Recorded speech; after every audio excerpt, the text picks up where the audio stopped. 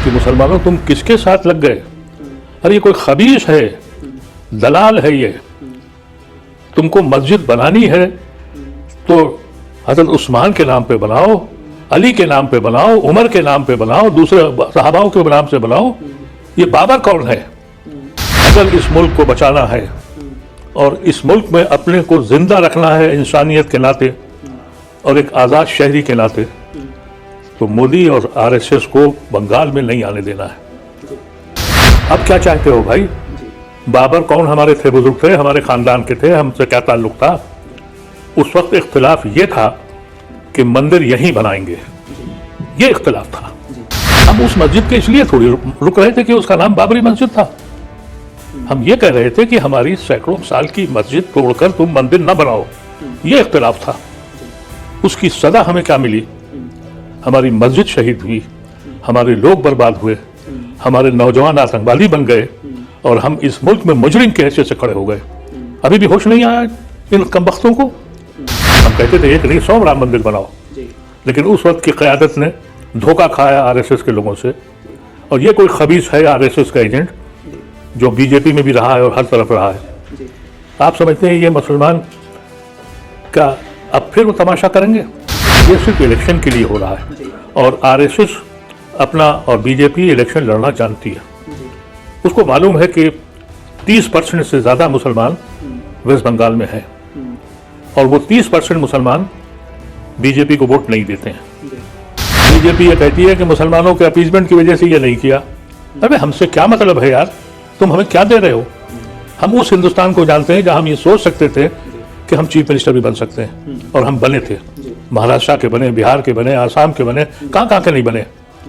अब हम कहाँ बनते हैं? हम तो मराठी मिनिस्ट्री मिल जाती है। ऐसे फितनों से और आरएसएस के एजेंटों से अपनी कौम को बचाइए। और सेकुलर पार्टियों से कहना चाहता हूँ कि अगर सेकुलर पार्टी कहलाते हो तो हिस्सेदारी दो, ताबेदारी बंद करो। किसी एक पॉलिटिकल पार्टी जो सेकुलर कहती है उसमें कोई एक मुसलमान लीडर है? एक आजम खान थे जो मुलायम सिंह ने डेवलप किए थे कि जिनको आप नंबर 2 या नंबर 3 कह सकते थे। आज है कोई लीडर उसमें? है किसी में हिम्मत? है लालू की पार्टी में कोई मुसलमान? इतने पुराने साथी सिद्दीकी उनके साथ हैं, कहाँ है वो? क्या परेशानी थी? कहते थे कि सिद्दीकी को हम डिप्टी चीफ मिनिस्टर बनाएंगे। नहीं बनाएंगे, बाद में देखेंगे। हिम्मत नहीं। कांग्रेस में कोई है? कोई एक लीडर का नाम बताइए। सलमान खुर्शीद हिंदुस्तान में सियासी मुसलमानों में सबसे सीनियर आदमी, 90s में वो आदमी मिनिस्टर था नरसिम्हा राव की सरकार में। आज कांग्रेस में क्या हैसियत है उसकी? जब इंदिरा गांधी जेल जा रही थी तो आपको नहीं ये मालूम होगा उन्होंने इंचार्ज किसको बनाया था? अंतुले को जेल जाते वक्त कहा कि मेरे पीछे अंतुले फैसला करेंगे। इतनी बड़ी पार्टी। मुझे याद है अपनी जवानी जब मैं कांग्रेस में जुड़ा, फखरुद्दीन अली अहमद फैसले करते थे मुस्लिम मसाइल के। इंदिरा गांधी के पास नहीं जाना होता था।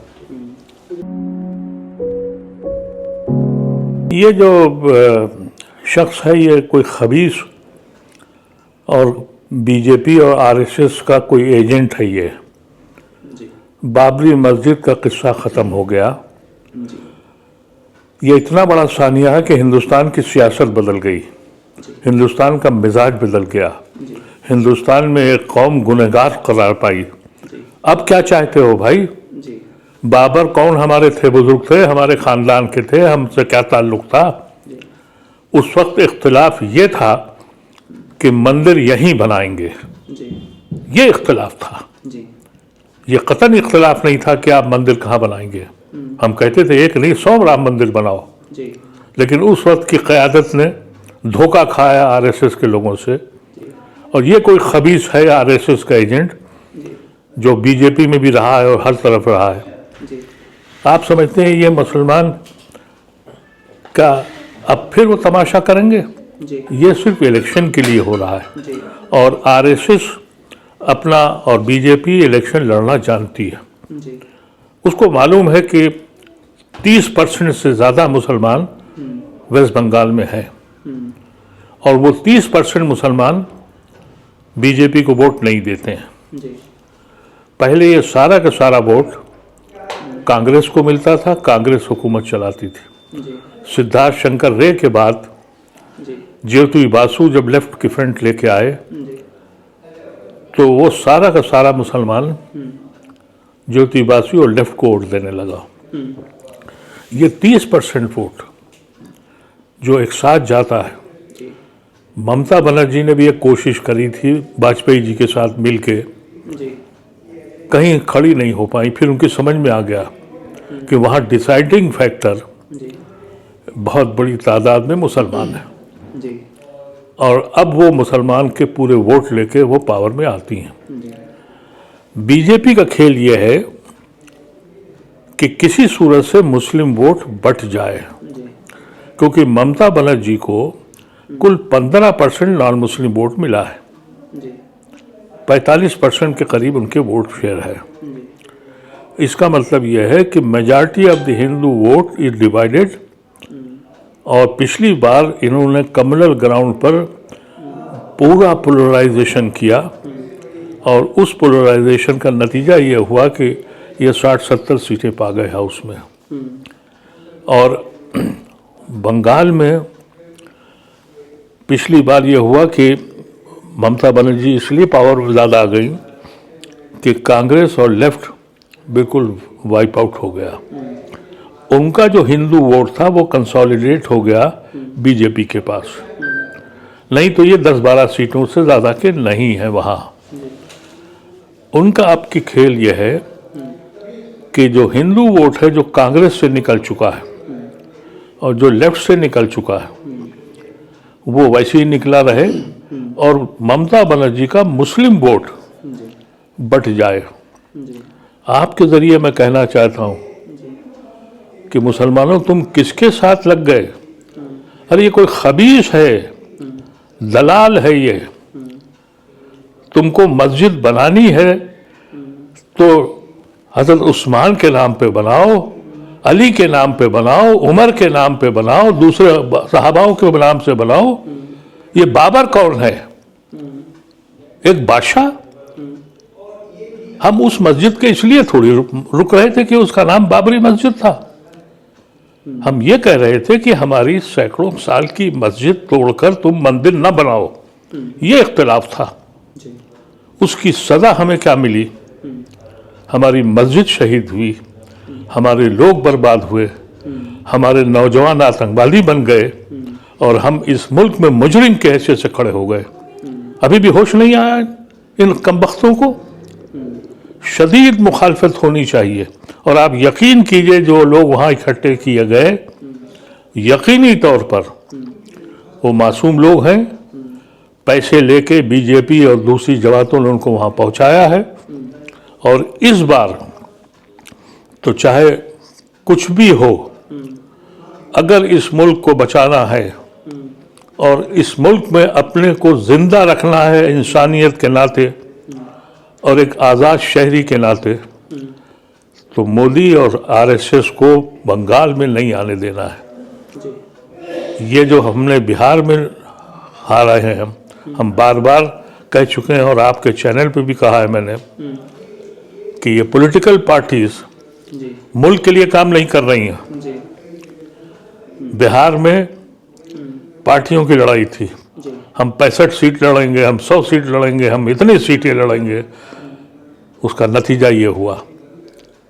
और अगर हमने ये गलती बिहार बंगाल में भी की तो इस मुल्क में क्या होगा हमें नहीं मालूम।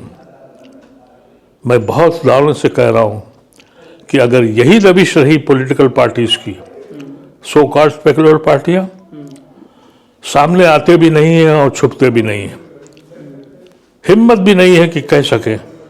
इतनी हिम्मत बिहार में नहीं थी कि एक मुसलमान डिप्टी चीफ मिनिस्टर बना देते, जबकि आपने एक उस आदमी को डिप्टी चीफ मिनिस्टर किया जिसने जिंदगी का पंचायत का इलेक्शन भी नहीं जीता था। जी नतीजा क्या हुआ? मुस्लिम वोट बढ़ गया। जी अभी स्टेट्स में वजह क्या है कि बीजेपी ने, अडवाणी ने काम शुरू किया था अपीजमेंट।